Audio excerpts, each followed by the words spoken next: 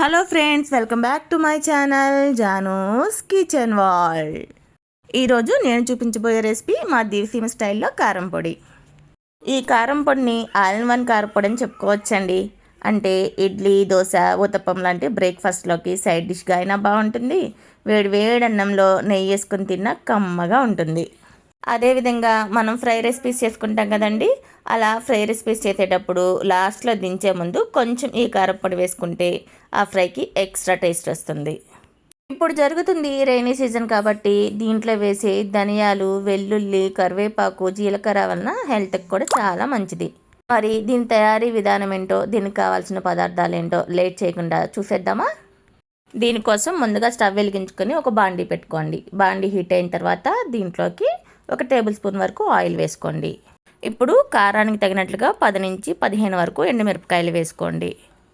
ఈ ఎండుమిరపకాయలు బాగా వేగి పొంగుతాయండి. చూడండి, వీడియో క్లిప్లో చూపిస్తున్నాను.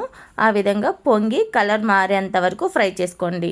కలర్ మారేంత వరకు అంటే మరీ మాడపెట్టుకోవద్దండి. చూడండి, వీడియో క్లిప్లో చూపిస్తున్నట్లుగా మంచిగా ఫ్రై చేసుకొని ఒక ప్లేట్లోకి తీసుకొని పక్కన ఉంచుకోండి. ఇప్పుడు ఈ బాండీలోకి ఇంకొంచెం ఆయిల్ని యాడ్ చేసుకొని 1 కప్పు వరకు పచ్చిశనగపప్పు కాస్తంత వేగిన తర్వాత 1 కప్పు వరకు మినపప్పుని యాడ్ చేసుకోండి. పచ్చిశనగపప్పు వేగడానికి ఎక్కువ టైం పడుతుందండి, మినపప్పు వేగడానికి తక్కువ టైం పడుతుంది. అందుకనే ముందుగా పచ్చిశనగపప్పు వేపుకొని కొంచెం వేగిన తర్వాత మినపప్పుని యాడ్ చేసుకోండి. ఇవి 2 దోరగా ఫ్రై అయిపోయిన తర్వాత 1 కప్పు వరకు ధనియాలని యాడ్ చేసుకోండి. స్టవ్ని సిమ్లోనే ఉంచుకొని మనం వేసుకున్న పప్పులు అనేవి మంచి అరోమా వచ్చే వరకు ఫ్రై చేసుకోవాలి. ఈ పప్పులన్నీ ఆల్మోస్ట్ ఫ్రై అయిపోయినాయి అనే టైంలో 1 గుప్పెడు వరకు కరివేపాకుని యాడ్ చేసుకోండి. ఈ కరివేపాకు కూడా మంచి క్రిస్పీగా అయ్యేంత వరకు మనం వేసుకున్న దినుసులన్నీ మాడిపోకుండా కలుపుకుంటూ వేయించుకోండి. లాస్ట్లో 1 స్పూన్ వరకు జీలకర్రను కూడా వేసుకొని ఒకసారి కలుపుకొని ఈ దినుసులన్నింటినీ ఒక బౌల్లోకి తీసుకోండి. ఇక్కడ మీరు గుర్తుంచుకోవాల్సింది ఏంటంటే, మనం వేపుకున్న దినుసులు ఏవి మాడకూడదండి, మంచిగా ఫ్రై అవ్వాలి. మాడినవి అంటే టేస్ట్ కూడా మారిపోతుందండి. మాడకుండా మంచిగా ఫ్రై చేసుకొని బౌల్లోకి తీసుకొని చల్లారపెట్టుకోండి. ఇప్పుడు ఒక మిక్సీ జార్ తీసుకొని ముందుగా వేయించి పెట్టుకున్న ఎండుమిరపకాయలు, టేస్ట్కి తగినట్లుగా కళ్ళుప్పు తీసుకొని మూత పెట్టుకొని మెత్తటి పౌడర్ లాగా బ్లెండ్ చేసుకోండి. దీంట్లోకి ఒక 10-15 వరకు వెల్లుల్లి రెమ్మలు, ఒక 2 రేకల వరకు చింతపండుని యాడ్ చేసుకోండి. చింతపండు ఎక్కువగా యాడ్ చేయొద్దండి, కొంచెం తక్కువ క్వాంటిటీలోనే యాడ్ చేసుకోండి.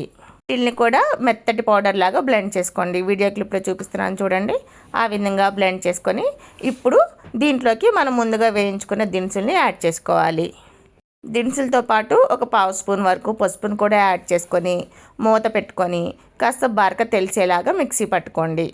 ఈ కారం పొడి మెత్తటి పౌడర్లా కంటే బరక తెలిసేలాగా మిక్సీ పట్టుకుంటేనే టేస్ట్ బాగుంటుందండి. లేదు మీరు మెత్తగా పట్టుకుంటాను అంటే మెత్తగా అయినా పట్టుకోవచ్చు. మిక్సీ పట్టిన వెంటనే కారపొడి వేడిగా ఉంటుందండి.